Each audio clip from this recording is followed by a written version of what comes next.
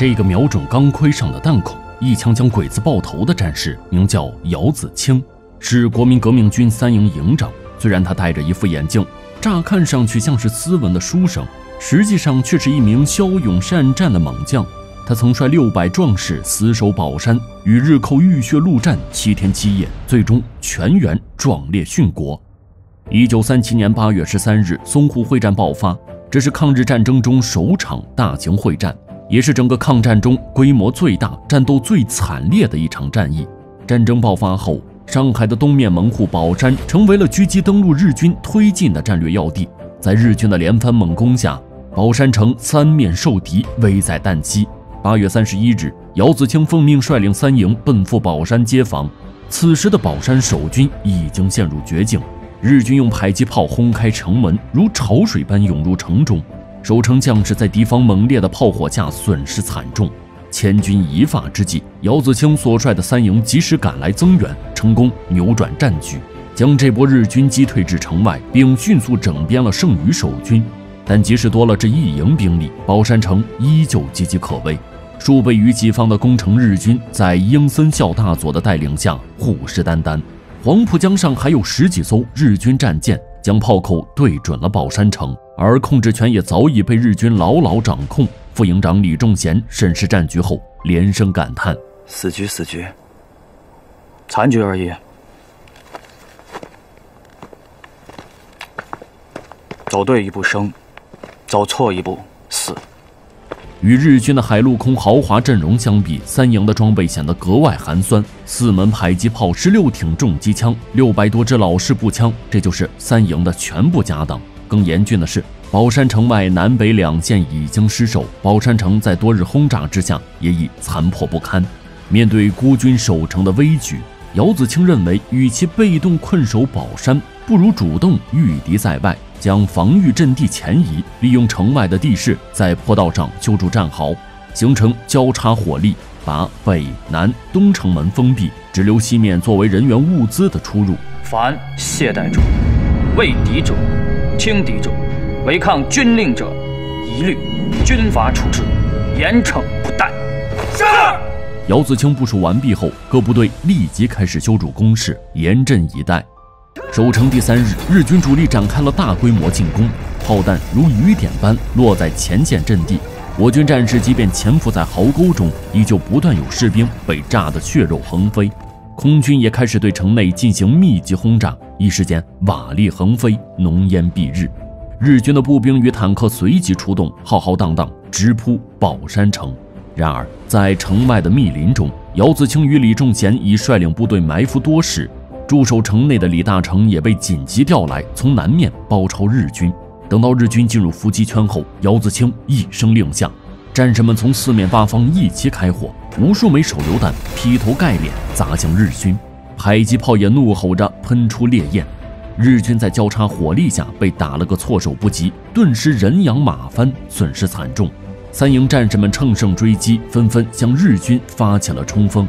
在我军势不可挡的攻势下，日军抛下200多具尸体，仓皇撤走。经此一战，3营全员士气大振，唯独姚子清没有露出半点喜悦。他明白这点损失对于日军根本不疼不痒，而且英森孝又是将门之后，吃一次亏后必定会吸取教训，卷土重来。果不其然，英森孝此时正在召开作战会议，商议新的进攻策略。此时的他已经意识到姚子清的厉害，也不敢再丝毫大意。英森孝决定在宝山东南2侧发动佯攻，迫使3营分散兵力迎击，之后由主力从狮子林方向发起总攻，一举攻克宝山城。英森孝选择这招声东击西之计，正是抓住了3营兵力不足的弱点，达到令我军首尾不能相顾的目的。为了最大程度出其不意，英森孝率部于当晚发动了夜袭。战斗开始后，姚子清敏锐地注意到日军进攻的时间差，并预判到狮子林方向才是真正的日军主力，于是就将大部队调往那里，自己则率领一支小队支援防守薄弱的南面。南门城外的树林中，2军士兵短兵相接，展开了惨烈的白刃战。姚子清接连击杀几名日军后，被日军少佐山口从背后瞄准。这时李大成飞快地扑过去，跟山口扭打成一团，最终夺刀捅死了山口。应森孝的主力久攻不下，又得知心腹阵亡的消息，自知计划已被姚子清识破，于是下达撤退的命令。三营虽然又一次打退了日军的进攻，但也损失了不少战士。姚子清将战友的遗体归拢一处，然后朝天鸣枪哀悼，其余战士纷纷郑重地行了军礼。如今三营兵力还剩400多人，局势越发险峻。又经过几场鏖战，三营伤亡过半，而吕布仅仅为三营增派了1个排的援兵，但这些兵力在宝山战场不过是杯水车薪罢了。与此同时，日军的援兵却一直源源不断。姚子清明白事态紧急，于是立即联系上级，要求加派援兵。但由于淞沪战场全线吃紧，可调动的兵源十分有限，旅长抽调出仅剩的1个预备营，派遣至宝山支援。三营战士得知援兵将至，都激动不已，认为宝山有救了。但指挥部内，姚子清却犯了愁，他明白日军绝不会轻易让援兵抵达宝山与自己会合。金家宅的日军距宝山最近，那里的日军一定会死死缠住援兵，直到宝山沦陷为止。姚子清决定自己亲率一支部队前往金家宅，主动进攻，为援军开路。金仲贤知道此行凶多吉少，而军中不可一日无帅，就主动请缨代替姚子清前往金家宅，哪怕是抗命也在所不惜。出发前，姚子清叮嘱李仲贤见好就收，伺机撤退。两人是黄埔军校的同学，一直并肩作战至今。面对挚友的叮嘱，李仲贤以军力回应，之后毅然踏上征程。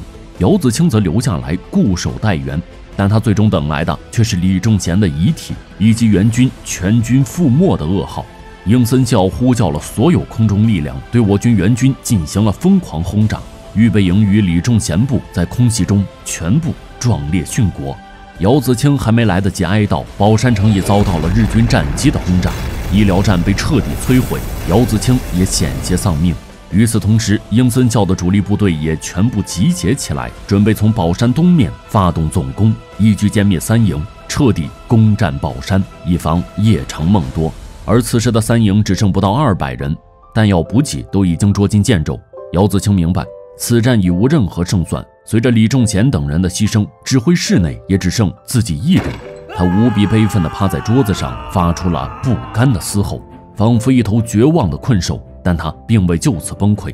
整顿好心情后，姚子清来到防御阵地，召集了剩余所有兵力，决意奋战到底。日寇犯我中华以来，烧杀奸淫，无恶不作。我们前面的东北、华北现已沦陷。今天，我只请与各位，守卫的是宝山，捍卫的是国土。今天我姚子清有幸与各位弟兄们，要么同日一起生，要么同日一起死。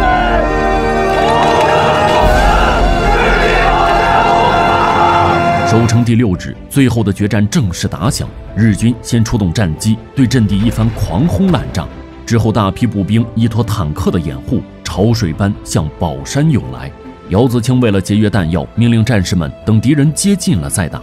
眼看时机已到，姚子清一声令下，三营战士们同时开火，他们将火力集中在日军步兵上，全力杀伤敌军有生力量。但成排的日军坦克滚滚而来，威力巨大的炮击将许多战士直接炸得飞出战壕。